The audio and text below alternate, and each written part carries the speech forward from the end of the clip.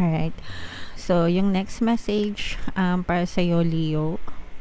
Vacation, yes. Saktong-sakto kasi summer, guys, 'di ba? Tas mahal na araw, mag-Holy Week. Yung iba kapag ka ganun, sinasamantala nila 'yon para makapagbakasyon,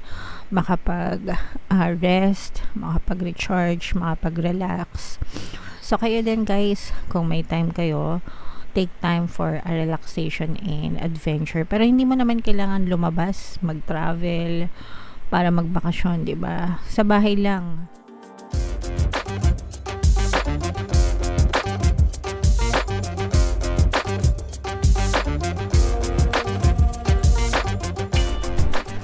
Hello guys, hello Leo. Welcome back to Pinay Pixie Tarot. Ang pamagat ng episode natin for tonight is messages from the universe. Pero ngayong March to April, guys, para sa Leo, Sun, Moon, Rising, Sign, and Venus. General reading lang, mga kapiksi. Pwede mag-resonate, pwedeng hindi. Combination ng positive and negative energy. Comment down below, guys, if feeling nyo naka-resonate kayo sa mga messages para sa inyo. So, unahin natin tong deck na to. Tingnan natin yung mga mensahe sa inyo ng inyong mga gabay, mga kapiksi. Memories, no? So, yeah. Dapat nagtatanim tayo palagi ng mga magagandang memories sa buhay natin, mga kapiksi, kahit na sabihin natin na may mga challenges tayo or paghihirap tayo along the way, meron at meron pa rin tayong mga magagandang memories na pwedeng gawin sa buhay natin. That's because, guys, eto hiram na buhay lang natin, no? Lahat tayo dadaan lang sa mundo na to, and pwedeng yung ibang mahal natin sa buhay is nauna na sa atin, or pwede rin naman na in the future tayo yung mauna sa kanila. So whether mauna sila or mauna tayo, guys, at least meron tayong mga alaala na babalikan, mga kapiksi. Okay? Alright, so yeah, spend time with your loved ones, guys, and create more happy memories together. Yung next message para sa inyo, Leo, choices. Okay, make the best choices in life. Pagka may mga choices, mga kapiksi, ibig sabihin may mga opportunities, no? Kasi dun sa mga opportunities na yun, dun kayo mamimili, no? Yun yung pagmumulan ng mga magiging choice nyo sa buhay. So it's a good indicator na maaaring may paparating na mga opportunity para sa inyo, guys. Okay? Pero pagdating naman sa choices, guys, of course, at the end of the day, kayo yung mamimili, no? Kung ano yung mapipiliin mo sa buhay mo. Pero syempre, ano lang naman yan, guys, titimbangin nyo lang yung mga pros and cons, na yung mga advantage versus disadvantages ng mga opportunities na yun, and kung ano yung feeling mo na makakapagpasaya sa'yo, makakapagpabigay ng kaginhawahan sa'yo, at hindi lang sa'yo, pati dun sa mga taong nakasandal sa'yo, diba? Yun yung piliin mo, mga kapiksi. But then again, ikaw pa rin yan, no? Kung saan ka masaya.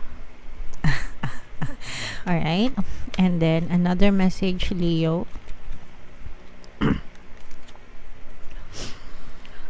Enlightenment, ito yung spirituality. Mga kapiksi, this will not resonate with all, guys, pero if ever man na naka-resonate kayo, for some of you, guys, ibig sabihin nito, nagkakaroon kayo ng spiritual awakening, and hindi naman yun nakakagulat, mga kapiksi, kasi always remember na lahat tayo ay spiritual beings, no? Trapped in a human form, and yung iba sa atin, malakas lang yung spiritual senses, mga kapiksi. So for some of you, maaari nagkakaroon kayo ng ganun, mga experiences na out of the norm, out of the ordinary, ganyan. And kung gusto nyong i-explore, pwede rin, guys. Kung ayaw nyo naman, pwede rin. Kayo yung magdidesisyon yan para sa buhay nyo, kasi buhay nyo naman yan, mga kapiksi. Alright? Okay. Yung next message for you, Leo. Set your goals, guys, no? Patapos na yung first quarter, hindi pa huli ang lahat, mga kapiksi, no? Patapos na yung first quarter, papasok na tayo sa second quarter come April. mga kapiksi, sa loob ng 3 months guys, may natapos na ba kayo, may na-accomplish na ba kayo sa buhay nyo, mga kapiksi. Alright, and hindi pa huli ang lahat. Baka kasi yung iba kasi nagbabago yung isip sa mga goals, no? Kung same pa rin naman yung goals nyo guys, i-push nyo lang, tingnan nyo kung ano yung nagwo-work sa inyo, yung hindi nagwo-work sa inyo, baka kailangan nyo mag-iba ng strategy, ng approach, ganyan, para makita kayo ng movement or progress. Ang importante guys is ask yourself, identify what you want, and persist, mga kapiksi. Okay, hanggang sa ma-reach nyo yung mga goals nyo sa buhay. At saka yung goals guys, nagbabago-bago talaga yan, no? Dati gusto mong yumaman, ngayon gusto mo na lang yung komportable ka, di ba? Depende yun habang nagkakaedad. Nagbabago ng preference, no? Alright, so yung next message para sa'yo, Leo, vacation. Yes, saktong-sakto kasi summer guys, diba? Tas mahal na araw, mag-Holy Week. Yung iba kapag ka ganun, sinasamantala nila yun para makapagbakasyon, makapag-rest, makapag-recharge, makapag-relax. So kayo din guys, kung may time kayo, take time for a relaxation and adventure. Pero hindi mo naman kailangan lumabas, mag-travel para magbakasyon, di ba? Sa bahay lang, bakasyon na. Ang importante doon is makapagpahinga ka, di ba? Pag nasa bahay ka, mas tipid. Manood ka lang ng, mag-stream ka lang, di ba? Usong-uso na yung mga streaming ngayon. So, kahit sa YouTube lang, ang daming pelikula. Ako guys, araw-araw na ako nanonood sa YouTube, no? Yung mga pelikulang Pilipino. Yung mga pelikulang Pilipino, naka-upload sa YouTube. So, doon ako nanonood. Tangkilikin din natin yung sariling atin, di ba? Pero ang gusto kong pinapanood kasi guys, yung mga horror. Yung mga horror, kahit sobrang dilim, no? Pero ang ibig ko lang sabihin guys, is hindi nyo kailangan gumastos, no? Para lang magbakasyon, mag-relax kayo, mag-unwind, mga kapiksi. Sapat na, okay? Ang importante is makapag-rest kayo kasi deserve nyo yan guys, okay? Pero yung iba sa nyo guys, bakasyon galore kayo. Comment down below, no, kung meron talaga kayong mga planong magbakasyon ngayong summer season. And then trust your intuition guys, kasi yung intuition natin, yan yung pamamaraan ng mga gabay para ma-guide tayo sa tamang landas, mga kapiksi. So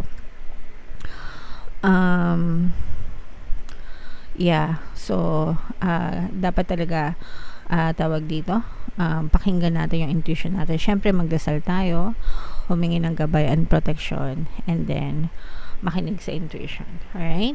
Okay, so comment down below, Leo, if feeling nyo naka-resonate kayo dyan. Shuffle natin to guys. Habang shuffle natin to, panoorin nyo muna yung video natin regarding sa ating paano mag-manifest ng abundance video course. Kapiksi, sawa ka na ba sa mga struggles at hirap sa buhay mo?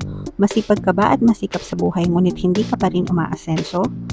Ilang beses ka na bang nag-attempt magnegosyo at mag-invest pero palagi ka pa rin nalulugi? Sa pagkakataon na ito ay maaaring may subconscious beliefs ka na nagiging balakid sa iyong pag-unlad at pagyaman.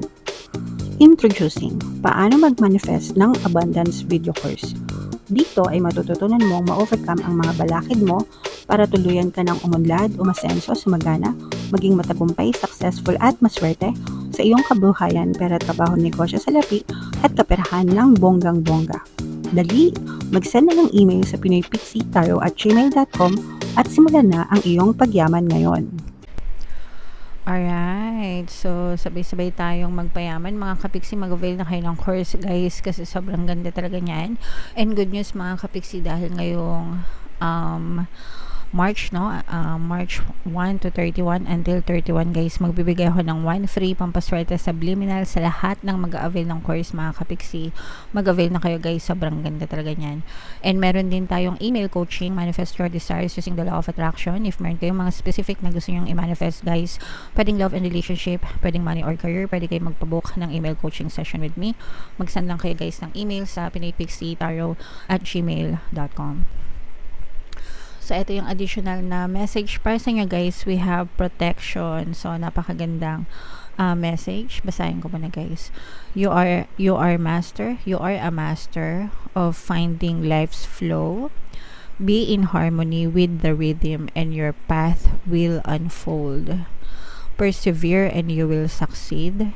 You have everything you need to be protected and happy. So, in short guys, nasa iyo na ang lahat.